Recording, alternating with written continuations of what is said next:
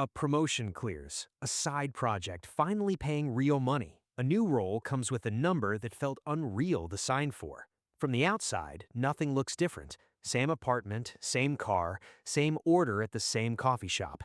But something has shifted underneath, quietly, invisibly. In the moment that person says the wrong thing to the wrong person, that invisibility disappears, and so does a lot of the advantage that came with it. Picture a guy named Owen. He gets a serious raise, 3 years in the making.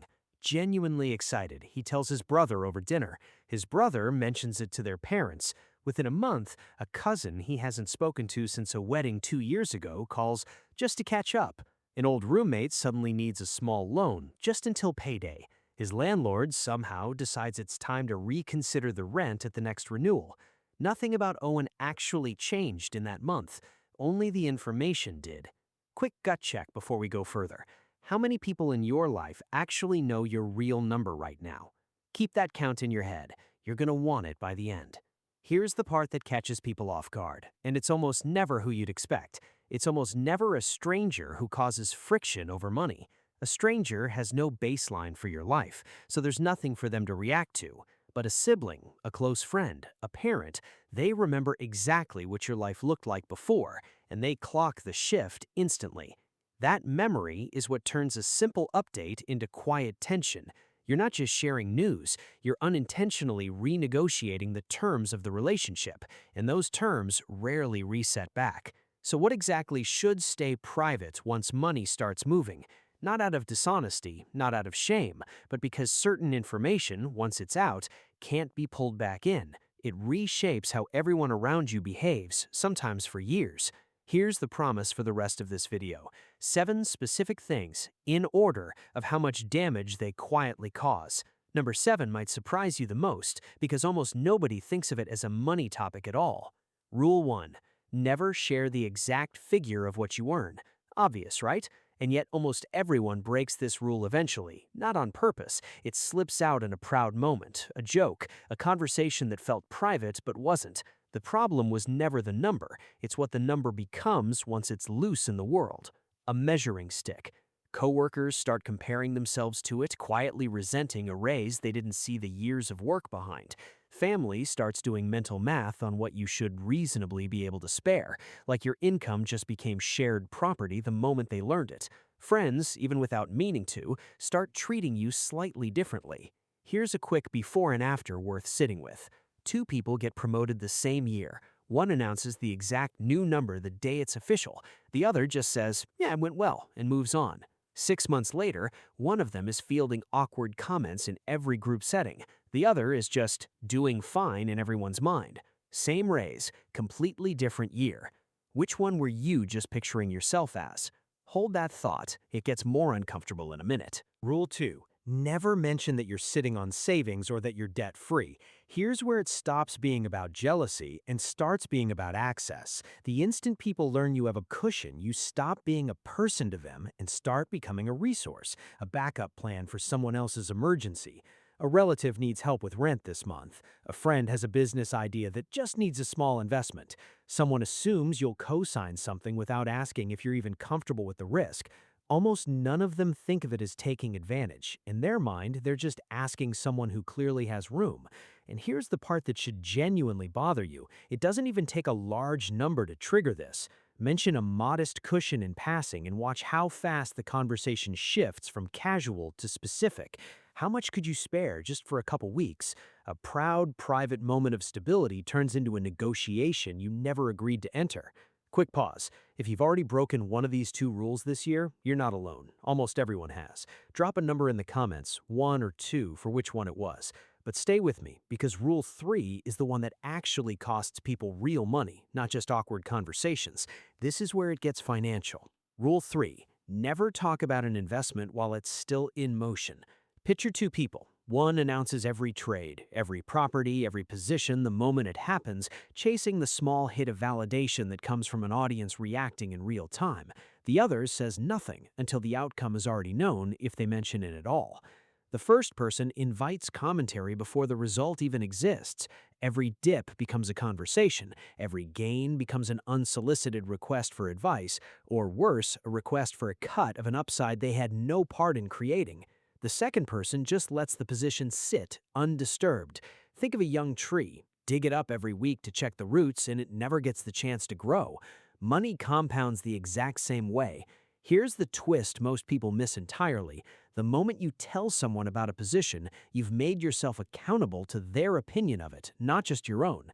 Every dip stops being just a number on a screen. It becomes bracing for the text that says, "Are you okay? Isn't that thing down?" That pressure has talked more people out of a sound decision than any actual downturn ever has. Rule 4. Never announce the long-term goal itself. And this is the one that's honestly a little painful because it's not really about other people at all. It's about you.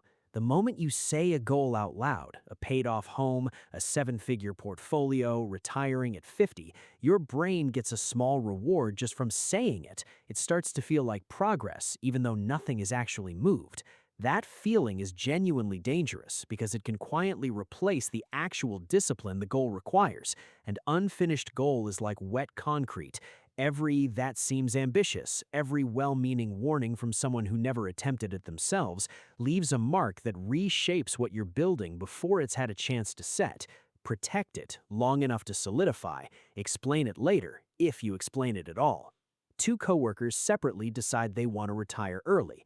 One talks about it constantly, turns it into a running bit at every gathering. The other tells absolutely nobody and just quietly adjusts her spending.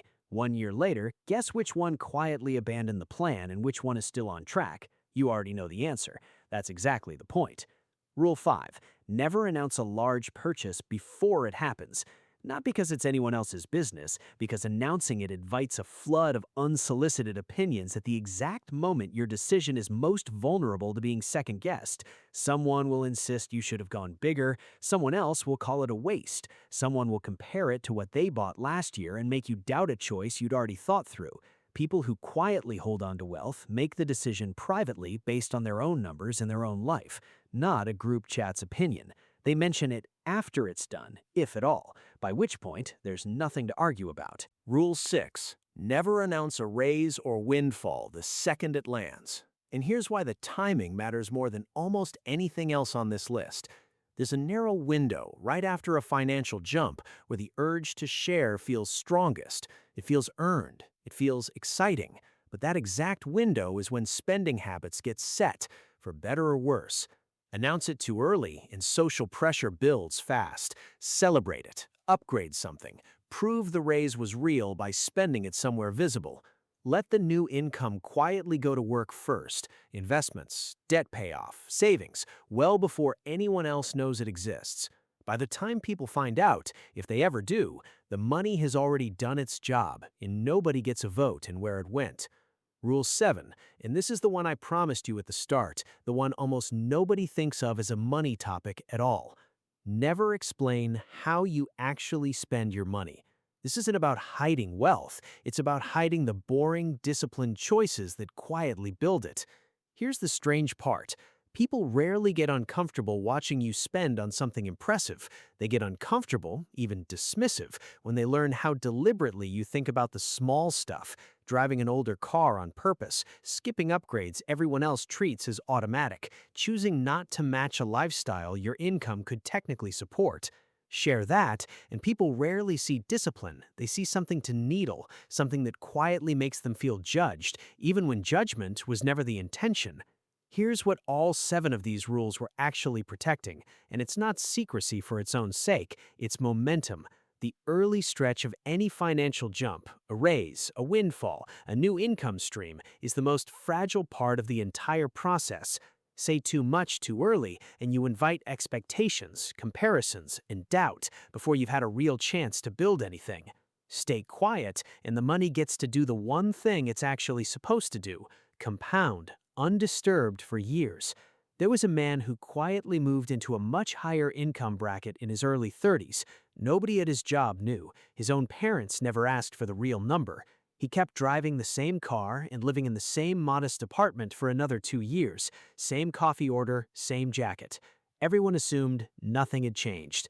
What they couldn't see was the aggressive, consistent investing happening quietly in the background, month after month, completely unannounced. By the time anyone noticed a difference in his life at all, it wasn't because he told them, it was because the results had become impossible to miss. Remember that number I asked you to hold on to at the start? How many people actually know your real financial picture right now? If it's more than one or two, that's not a moral failure. It's just information you can start controlling from today forward. So the next time your income jumps, a raise, a new job, a business finally taking off, resist the pull to tell everyone right away. Not because you should feel shame about it, not because the people around you are bad people, but because some things only grow correctly out of you. Let it compound first. Let it become real first. And when people eventually notice on their own, years from now, you won't need to have said a single word. If this changed how you think about even one conversation you're about to have, hit subscribe. There's a lot more of this coming. And I want to know, out of these 7, which one have you already broken? Tell me below.